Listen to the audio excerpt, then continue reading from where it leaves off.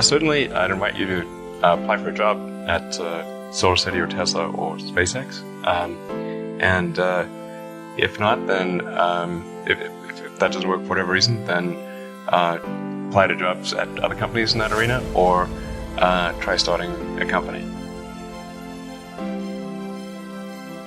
If you study engineering and you figure out how to design new things, then it's relatively easy to start a company. You just need to get a few like-minded people with you. Although I have to say that the space business is quite hard to start a company in the space business because it's such a capital-intensive business. So it may be better to do something in solar power, or if you're going to do it in cars, do it as kind of a component supplier of cars or something like that. Musk has college degrees in business and physics, but SpaceX is his first venture in aerospace. How did you get the expertise to be the chief technology officer of a rocket ship company? Well, I do have a physics background. That's helpful as a foundation. And then I read a lot of books and talked to a lot of smart people. Don't just follow the trend. You may have heard me say that it's good to think in terms of physics approach or first principles, which is, rather than reasoning by analogy, you boil things down to the most fundamental truths you can imagine, and you reason up from there.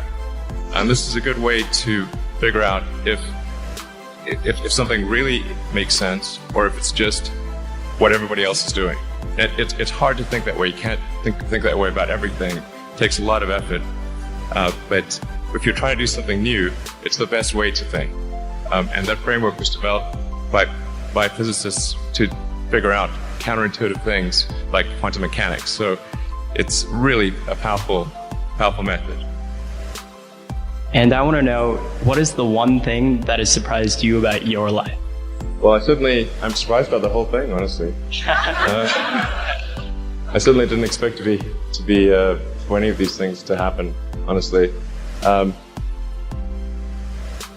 Yeah, I just knew I knew I wanted to be involved in technology, and in fact, the only reason I started a company back in '95, an internet company, was because I couldn't get it. There were only a few internet companies, and I couldn't get a job at any of them.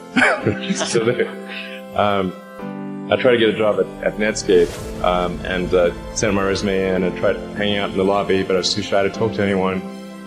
And then I was like, okay, well, I guess I'll have to start a company because I can't get a job anymore.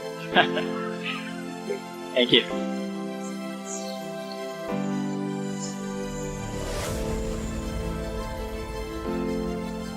I wouldn't say I'm fearless. In fact, I think I feel fear quite strongly.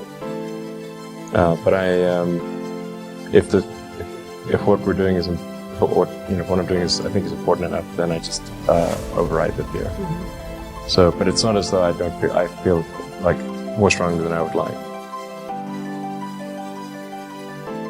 I think also people tend to overweight risk on a personal level. It's one thing if you've got a mortgage to pay and kids to support, and that if you were to deviate from your job, how are you going to feed your family and pay the rent? And okay, that's understandable. But let's say you're young and you're just coming out of college or coming out of high school or whatever. What do you risk?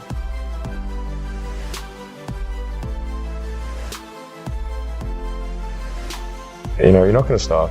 I mean, right. It's really certainly not in any kind of modern economy. It's so easy to earn enough money just to live somewhere and eat food. I don't know what are they afraid of? They're mostly afraid of failure, I think.